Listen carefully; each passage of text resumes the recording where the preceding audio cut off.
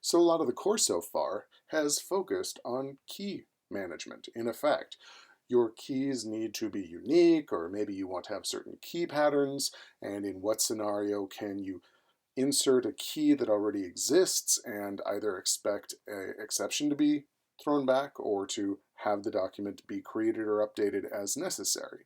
That's been a lot of our focus. So in traditional RDBMS scenarios, we're used to the idea of auto-incrementing columns that just guarantee every key is unique. That's also possible in Couchbase. Let's take a look.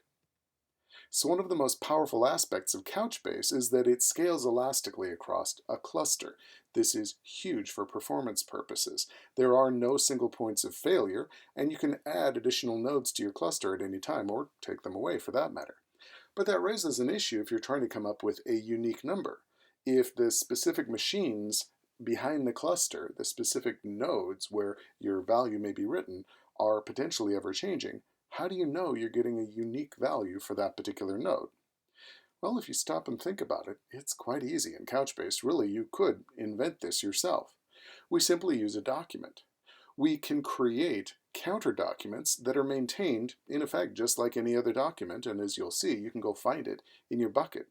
This document is then equally available from any node in your cluster, just like any other document.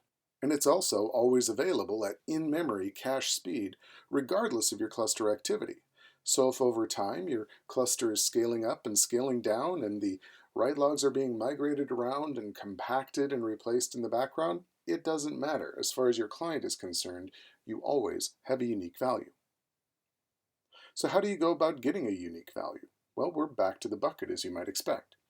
It supports an increment operation that takes name, step, and initial value as parameters. The name is the name of the document that's going to be created. It's the name that you use to reference which unique value you want to work with.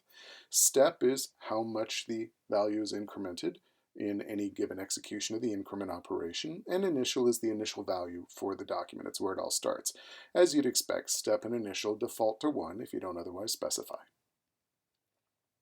So I could, as we see here, pass in a document name, in effect, the key for the counter document of customer : counter, just to keep it in line with our other customer documents, which is where, in this lab example at least, we are focusing our use of the incrementing counter. And then we take the result of calling increment and append it to the document key and return it back as part of this particular method that we're demonstrating here. So we take the ID for a given document and append a key increment to it before we insert the document. So the value is increased by the step value on each use. Because this is stored as a document, these values durably persist across all your cluster activity. In the end, you end up with documents in a bucket, as you see here, that have auto-incrementing values appended to the end of each key, guaranteeing that each one is unique.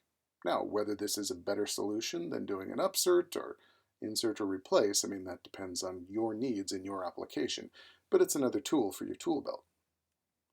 So in the lab, you'll implement a cluster-wide counter to ensure unique keys, get the hands-on practice through your fingertips. Then when you come back, we're going to take a look at the power of nickel. How do you put what you already know about structured query language to work, but this time with JSON documents? Select, insert, update, delete. You can do it all and a lot more. Come on back.